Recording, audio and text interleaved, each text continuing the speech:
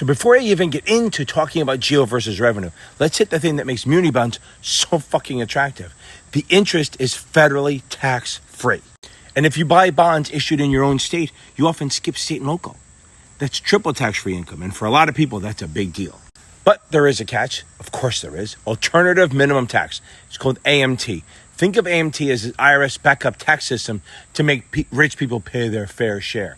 So what happens is you calculate taxes two ways, the regular way and the AMT way. And whatever one's higher, that's what you have to pay.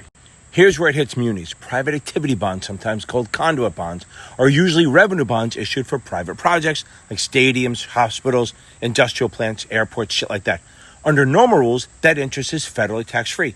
But if you're subject to AMT, that interest gets counted as taxable income. So the bottom line on tax treatment, normal geo bonds and public purpose revenue bonds, federally tax-free, no problem. Private activity bonds, they're taxable under AMT for certain investors, the rich people. Okay, now that I got the tax shit out of the way, let's talk about geo versus revenue. So we have two bonds, general obligation or GO, which is backed by taxes, and revenue bonds, which is backed by revenues. They're both muni bonds, but that's kind of like where it ends.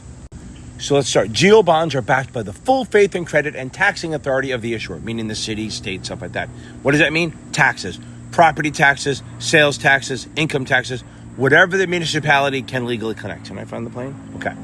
To issue one, you usually need voter approval because the taxpayers are on the hook. There are statutory debt limits, so they can't just pile up unlimited debt. They're used for projects the whole community benefits from. Schools, roads, police, fire, libraries, parks. So there's no direct revenue stream. So the repayment comes from the government's operating budget, which is where they get the taxes from. The risk is lower and the yields are lower because the risk is lower. And they're considered conservative and they're not very liquid. But when they look at the credit score, the credit rating, they look at the tax base, property values, income levels, population trends, and debt per capita. Basically, how healthy the local economy is and how good the issuer is at collecting taxes. Are people moving in, moving out, stuff like that. Now, revenue bonds are backed only by the income the project produces. No voter approval, the taxpayers aren't paying, so nobody cares. Airports, toll roads, hospitals, stadiums, the users pay, and the revenue covers the operating costs and the debt service. There's no debt limits. The size of the issue is based on the feasibility study. Can the project realistically make enough to cover the expenses and the debt payments? The risk is higher, the yields are higher. The credit is based on the project's demand, management, competition, and projected cash flow. Because revenue bonds don't have tax backing, they come with a trust indenture. It's a contract between the issuer and the trustee bank, loaded with covenants to protect the bondholder. So I use an acronym or mnemonic, whatever it's called CRIME. C for covenants.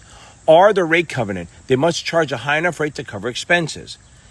Insurance. Do they have insurance on the project? That's the I. M, maintenance. Can they maintain the project? And engineering. Can they build it? Those are the four main covenants. Plus, revenue bonds have a flow of funds section that spells out exactly who gets paid first, whether it's gross, they pay the debt service out of the gross revenue, or out of the after operations, which is net revenue. So they also have double barrel bonds. This is like a revenue producing project, but if it comes up short, the tax money kicks in. But since it's treated like a GO, it does need voter approval. The moral obligation one blows my mind. The state intends to step in if needed, but it's not legally required. So it's more of a handshake promise. So literally, if the moral obligation bond fails, no one can sue anyone. It's crazy. Then we have what they call private activity or industrial development bonds. The city issues it for a private user, like a hospital or a university or a stadium. So the private entity, whether it's a stadium or the mall or whatever it is, pays the interest, not the city. And its a credit rating is based on the project, the mall, the hospital, the airport, stuff like that. So just remember this, GO, taxes, voter approval, debt limits. Revenue, project income, no vote, no debt limit. There we go. Hell, and if you made it this far, don't forget to subscribe, like, and share this shit if you think it'll help. And don't forget, every Tuesday and Thursday night, I do a live Q&A for free on the Tube of You to help people pass these exams and learn stuff. Let's fucking go.